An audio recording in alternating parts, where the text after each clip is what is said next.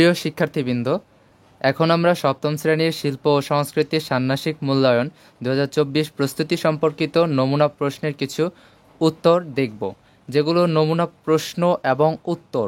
তো প্রথমে আমরা দেখতে পাই কাজ একে বলা রয়েছে বর্ণচক্রের বিভিন্ন রঙগুলোর সাথে তাল মিলিয়ে বিভিন্ন রঙের পাতা ও ফুল খুঁজে বের করো এবং কি কি রঙের পাতা ও ফুল পেয়েছো তার নিচের নমুনা ছকে লিখো।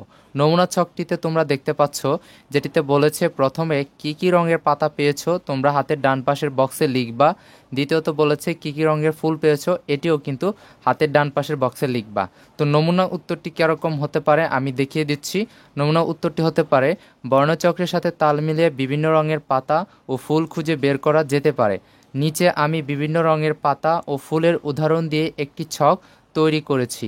যেমন হাতের বাম দিক থেকে তুমি দেখতে পাবা রং, পরে মাঝখানে পাতা এবং হাতের ডান দিকে রয়েছে ফুল।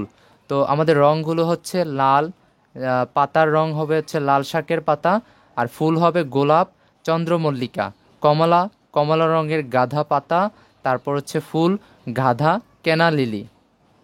হলুদ রঙের রং, এটি পাতা হচ্ছে হলুদ মেহেদি পাতা এবং ফুল হচ্ছে সূর্যমুখী, হলুদ গাঁদা। সবুজ রঙের রং, পাতা হচ্ছে পুদিনা, তুলসী পাতা, ফল হচ্ছে জুঁই, চাম্পা। নীল রঙের কিছু কিছু বাসক পাতা রয়েছে এবং ফুল রয়েছে নীলকণ্ঠ, ক্লিটুরিয়া। বেগুনি রঙের রয়েছে বেগুনি কচুর পাতা, অর্কিড, বেগুনি, চন্দ্রমল্লিকা। গোলাপি কিছু কিছু ঘাটকি পাতা এবং ফুল রয়েছে গোলাপি, চন্দ্রমল্লিকা, জবা। এটি ছিল তোমাদের কাজ 1 নমুনা প্রশ্ন এবং উত্তর। এখন আমরা দেখব কাজ 2, যেখানে বলেছে বাংলাদেশের স্বাধীনতা সম্পর্কে তোমাদের ভাবনাকে এঁকে ছবি অথবা সৃজনশীল লেখার মাধ্যমে প্রকাশ করো। তোমরা চাইলে ছবির মাধ্যমেও প্রকাশ করতে পারো এবং সৃজনশীল লেখার মাধ্যমে প্রকাশ করতে পারো। যেমন নমুনা উত্তরটি হতে পারে বাংলাদেশ স্বাধীন একটি গভীর অর্থবহ ও গর্বের বিষয়। এটি কেবল একটি ভূখণ্ডের স্বাধীনতা নয়, বরং একটি জাতির আত্মপরিচয়ের জয়গান। স্বাধীনতার অর্জন আমাদের জন্য এক অনুপ্রেরণার উৎস, যা আমাদের ভবিষ্যতের পথ নির্দেশ করে। স্বাধীনতা যুদ্ধে বীর যোদ্ধাদের সাহস ও আত্মত্যাগের কাহিনী আমাদের হৃদয়ে গেঁথে রয়েছে। নিচে আমি স্বাধীনতার বিষয়ে একটি সৃজনশীল লেখা দিয়েছি যা আমার ভাবনাকে প্রকাশ করে। আমাদের মেন যে হেডিংটা হবে সেটি হচ্ছে স্বাধীনতার প্রেরণা, একটি গল্প। সবুজে ঘেরা নদীমাতৃক বাংলাদেশ। একসময় এদেশ পরাধীনতার জালে জর্জরিত ছিল, কিন্তু বাংলার মানুষ কখনোই পরাধীনতার শৃঙ্খলে নিজেদের আটকাতে দেয়নি। 1971 সালের 26শে মার্চের প্রথম প্রহরে সেই দিনটি আমাদের মনে এক আলাদা অনুভূতির সঞ্চার করে। রফিক একজন সাধারণ গ্রামবাসী, সে প্রতিদিনের মতোই মাঠে কাজ করছিল। হঠাৎ করেই গোলাগুলির শব্দে তার মনোযোগ বিঘ্নিত হলো। স্বাধীনতার ডাক পৌঁছে গেছে তার কানেও। রফিক আর দেরি করেনি, দেশমাতৃকার স্বাধীনতার জন্য অস্ত্র হাতে তুলে নিল। তার মতো হাজারো মানুষ একত্রিত হলো, শুরু হলো মুক্তিযুদ্ধ। মা বোনেরা প্রিয়জনদের কপালে চুমু খেয়ে যুদ্ধে পাঠালো। দেশের মাটি রক্তে রঞ্জিত হলো। যুদ্ধ চলল, প্রাণ গেল বহু বাঙালির, বহু মুক্তিযোদ্ধার, কিন্তু থেমে থাকেনি সংগ্রাম। 16ই ডিসেম্বর 1971 বাংলার আকাশে উদিত হলো বিজয়ের সূর্য। সেই দিন রফিক ফিরে এলো গ্রামে, বিজয়ের পতাকা হাতে। তার চোখে জল, কিন্তু মন ভরে আছে গর্বে। স্বাধীনতার এই প্রাপ্তি কেবল একটি দিনের নয়, এটি একটি প্রজন্মের সংগ্রাম, বীরত্ব এবং আত্মত্যাগের ফলাফল। এই স্বাধীনতা আমাদের দিয়েছে একটি পরিচয়, একটি স্বপ্ন। আমাদের দায়িত্ব এখন এই স্বাধীনতাকে রক্ষা করা এবং একটি সুন্দর ভবিষ্যৎ গড়া, যেখানে আমাদের সন্তানেরা সুখে শান্তিতে বসবাস করতে পারবে। স্বাধীনতা এই গল্পের মাধ্যমে বোঝানো যায় কেমন করে আমরা আমাদের স্বাধীনতা অর্জন করেছি এবং এর গুরুত্ব আমাদের জীবনে কিভাবে প্রভাব ফেলে। বাংলাদেশের স্বাধীনতার ইতিহাস আমাদের সকলকে অনুপ্রাণিত করে এবং একটি সুন্দর ও শক্তিশালী জাতি গঠনে। এটি ছিল কাজ 2 এর নমুনা উত্তর এবং নমুনা প্রশ্ন। এখন আমরা জানব কাজ 3 নমুনা প্রশ্ন এবং উত্তর, যেখানে পরিকল্পনা অনুসারে রেখা বা আকার আকৃতিকে একই রকম করে পুনরাবৃত্তি সাজানোর মধ্য দিয়ে সহজে নকশা তৈরি করতে বলেছে। নমুনা উত্তরটি এরকম হতে পারে যে নকশা তৈরির জন্য বিভিন্ন ধরনের লেখা বা আকার আকৃতিকে পুনরাবৃত্তিকভাবে সাজানোর মাধ্যমে একটি সুন্দর ও সৃজনশীল ডিজাইন তৈরি করা যেতে পারে। এখানে একটি সাধারণ উদাহরণ দিয়ে দেখানো হলো কিভাবে সহজে নকশা তৈরি করা যায়। যেমন নকশার উদাহরণ, যেখানে প্রথমে আমরা একটি বৃত্ত আঁকতে পারি, তারপর বৃত্তের চারপাশে কয়েকটি সমান দূরত্বের ছোট ছোট বৃত্ত আঁকতে পারি এবং ছোট বৃত্তগুলোর চারপাশে আরও ছোট্ট বৃত্ত যুক্ত করতে পারি।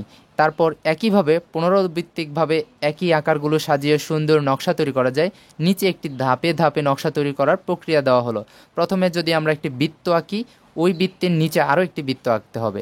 তারপর মূল বৃত্তের চারপাশে সমান দূরত্বে ছোট বৃত্ত আঁকা এবং ছোট বৃত্তের ভিতরে আঁকা।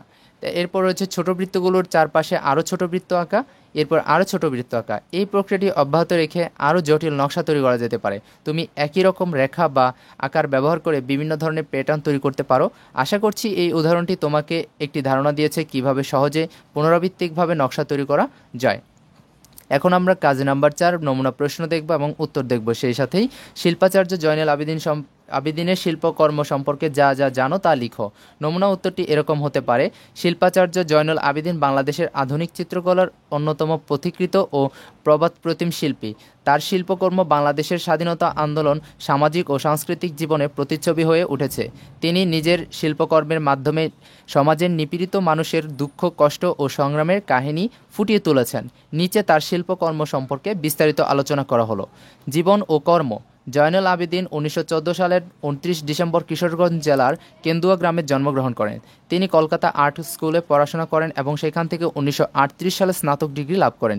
এরপর তিনি ঢাকা বিশ্ববিদ্যালয়ে চারুকলা বিভাগ প্রতিষ্ঠায় গুরুত্বপূর্ণ ভূমিকা পালন করেন। তার উল্লেখযোগ্য চিত্রকর্ম রয়েছে, যেখানে 1943 সালের দুর্ভিক্ষ চিত্রমালা, এই সিরিজটি জয়নুল আবেদিনকে আন্তর্জাতিক পরিচিতি এনে দেয়। 1943 সালের বাংলার দুর্ভিক্ষের ভয়াবহ দৃশ্যগুলো যখন তিনি কালি ও কাগজের মাধ্যমে ফুটিয়ে তুলেছেন, এই সিরিজের মানুষের দুর্দশা ও বেঁচে থাকার জন্য সংগ্রামের বাস্তব চিত্র রয়েছে তার 1943 সালের দুর্ভিক্ষ চিত্রমালাতে।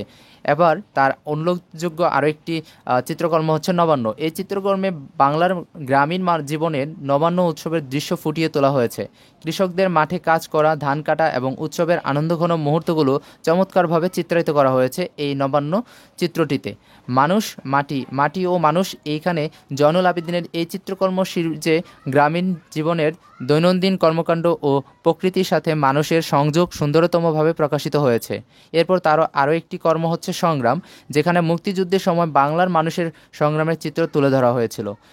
এরপর তার চারুকলা ইনস্টিটিউট প্রতিষ্ঠা। 1948 সালে জয়নুল আবেদিন ঢাকা চারুকলা ইনস্টিটিউট, বর্তমানে চারুকলা অনুষদ, ঢাকা বিশ্ববিদ্যালয় প্রতিষ্ঠা করেন। তিনি প্রতিষ্ঠানটির প্রথম অধ্যক্ষ ছিলেন এবং তার নেতৃত্বে এটি বাংলাদেশের চিত্রকলার কেন্দ্রস্থল হয়ে ওঠে। তারপর তার জীবনের পুরস্কার ও সম্মাননা: জয়নুল আবেদিন তার অসামান্য অবদানের জন্য বিভিন্ন পুরস্কার ও সম্মাননা লাভ করেছেন। তার মধ্যে উল্লেখযোগ্য হলো পাকিস্তানের সরকারের তমগা-ই-ইমতিয়াজ অর্থাৎ পাকিস্তান সরকারের একটি পুরস্কার পেয়েছেন এবং 1971 সালে স্বাধীনতা পুরস্কার মরণোত্তর পুরস্কারটি তিনি পেয়েছিলেন। প্রভাব: জয়নুল আবেদিনের শিল্পকর্ম বাংলাদেশের চিত্রকলার জগতে গভীর প্রভাব ফেলেছে।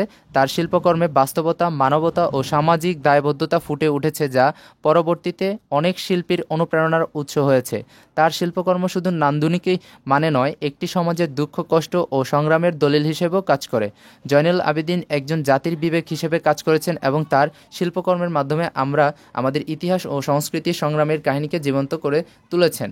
এরপর নমুনা কাজ 5, যেখানে তোমাদের নমুনা প্রশ্নটি হতে পারে: 21শে ফেব্রুয়ারি আন্তর্জাতিক মাতৃভাষা দিবস প্রদর্শনের জন্য নিজের ভাষায় পছন্দমতো ফন্ট এ মায়ের মুখের ভাষা এটি লেখার একটা পোস্টার বানাতে বলেছে। তোমরা আমাদের স্ক্রিনে দেখতে পাচ্ছ যে আমি একটি পোস্টার তৈরি করেছি, যেখানে একটি লেখার ফন্ট আমি ইউজ করেছি। তোমরা চাইলে নিজেদের হাতের লেখার মাধ্যমে এই লেখাটিকে আরও ভালোভাবে ফুটিয়ে তুলতে পারো।